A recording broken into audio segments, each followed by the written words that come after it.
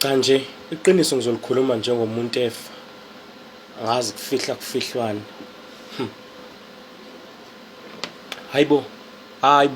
Hayi kumnandi ukudla komngcwabo shame, nginixoxele.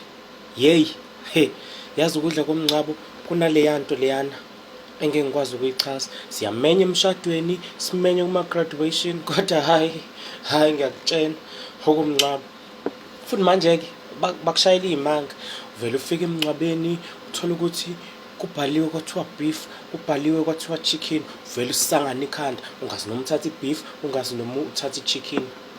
Abafe abantu abafe sidle ukudla komngcwabo, abantu abafe nje sidlela ukudla komngcwabo.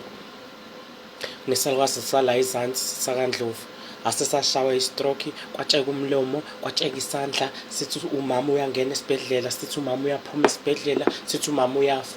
Hhayi namanje sisaphila, siyasiphazamisa ey'nhlelweni zethu manje salukazi.